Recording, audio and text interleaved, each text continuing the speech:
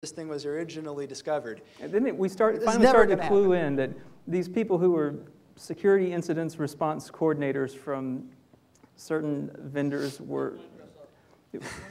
I don't know. They were there for one reason, to delay the process. To delay the process, yep. All right, well, the good news is we didn't have to work it out. So we had been watching the IETF channel bindings work on the TLS mailing list for a while, and without getting into the backstory on channel bindings, essentially the reality is a channel bindings bug, except that their channel bindings work was vertically in the protocol stack, and this bug was horizontally on the connection across the renegotiation. But at any rate, they were getting their breadcrumbs closer and closer together until one day we were all flaming each other wildly on the mailing list, arguing about the cat in the bag with no appreciable vendor progress, when the TLS mailing list turned into full disclosure for a day. And I don't think you probably can read that, but this is Martin Rex of SAP, and the subject line said, MITM attack on delayed TLS client auth through renegotiation. He had worked all in the subject line. Yes.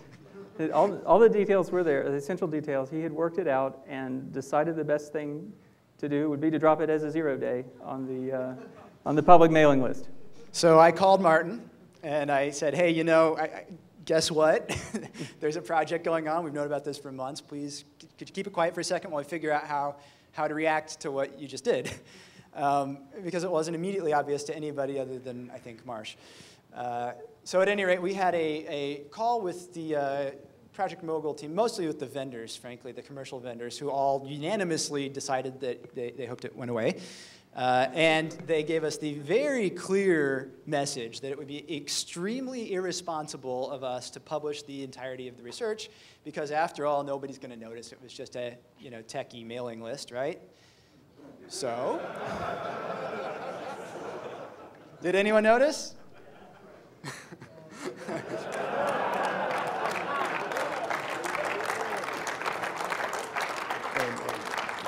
So HG has a couple followers on Twitter, I think.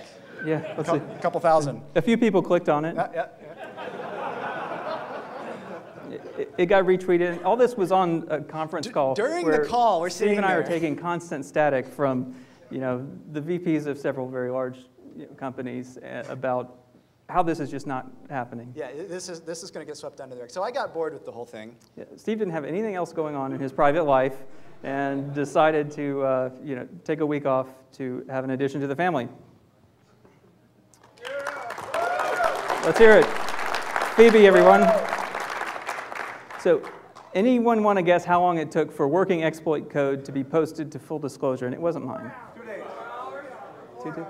I had guessed, this is a pretty complicated thing to exploit. I mean, it took me like 3 weeks of late nights. And so I felt kind of dumb. It's 18 hours and 34 minutes.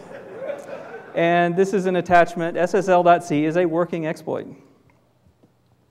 Initial reactions. I came to work the next day, starting to get phone calls from media. Well, hold on a second. The night before, so while I'm sitting there on the phone with Kazi getting squawked at about this. I let Steve do the conference calls, and he didn't entirely know what I was doing.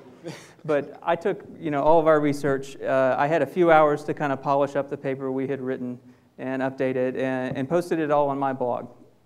So we went full disclosure with everything we had. I did not want the world to go through a period of confusion and misinformation or partial information when I was sitting on all the data and the basics of the exploit were out, including working exploit code. So the next day we had a couple of initial reactions.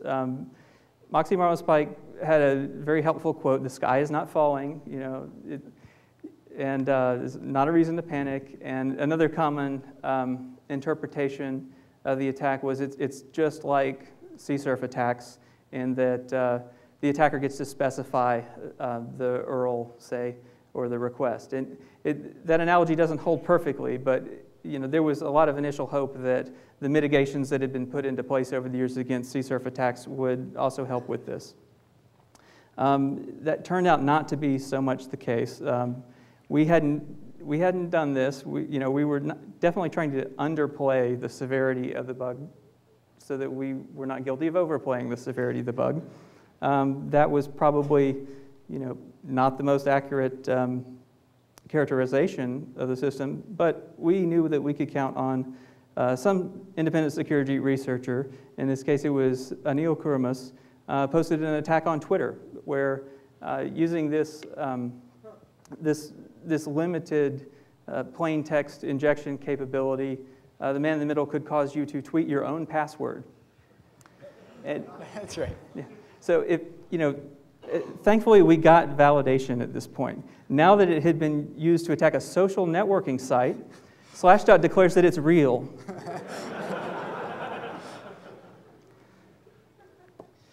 Is this a Twitter password? Is that a problem? Yes.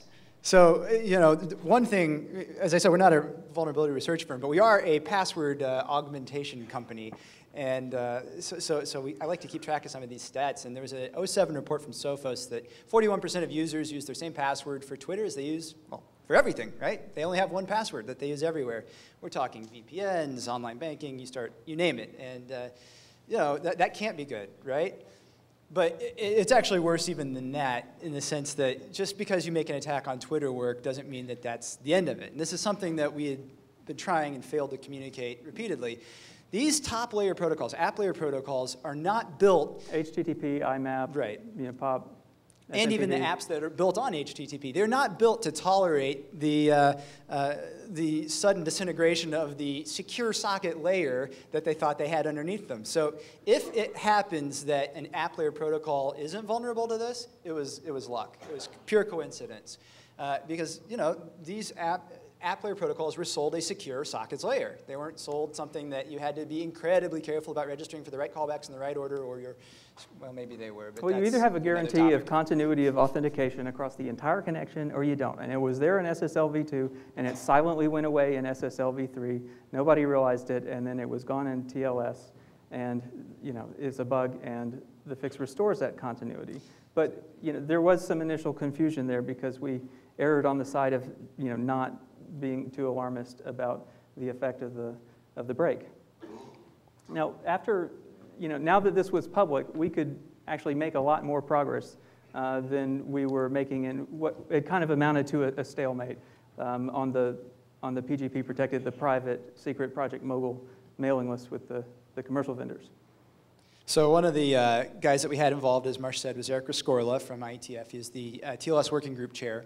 So he had an internet draft ready to submit day one, and he did. He knows how to write those things. He does. He's pretty good at that. Exactly. So actually, as you pointed out to me earlier today, I mean, in that sense, we didn't have a 0 day. There was at least, the protocol was broken, and there was a patch for the protocol day one. That was one of our goals, and that goal I think we met, that we were able to present a viable solution along with the public disclosure of the vulnerability. With a minor exception. So we didn't have great data from these vendors ever. And they were sitting on mountains of data by their own admission, and they never shared with each other. Statistics that you could gather from looking at the TLS handshakes from large packet captures that you would have if you were like a core router vendor or something like that. For example. So we found out very quickly. So Ben Bollet from F5 found out when everybody else found out on November 5th. And shot Marsh an email and very quickly provided useful statistics for the first time ever. Oh my God, SSL v3 accounts for 22% of all traffic in spite of the fact that 98% of SSL servers support TLS 1 and better. I think that's thanks to Windows XP. It is. Windows XP did not support the older protocol. It will support it, I think, if you ask for it or set a registry value somewhere. At any rate, so there 22% of these handshakes are taking place with SSL v3, and the fix that we had proposed requires the use of an extension to the hello messages and the handshake protocol, which turns out is not well supported by SSL 3 implementations.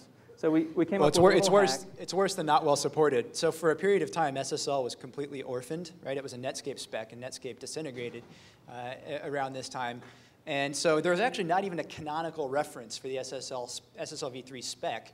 And the two different specs that people cited most frequently contradicted each other as to whether or not it supported extensions. So it was anyway, make a long story short, there's now RFC 5746, which is in the final stages of RFC editing and will be published very soon. Maybe perhaps ours.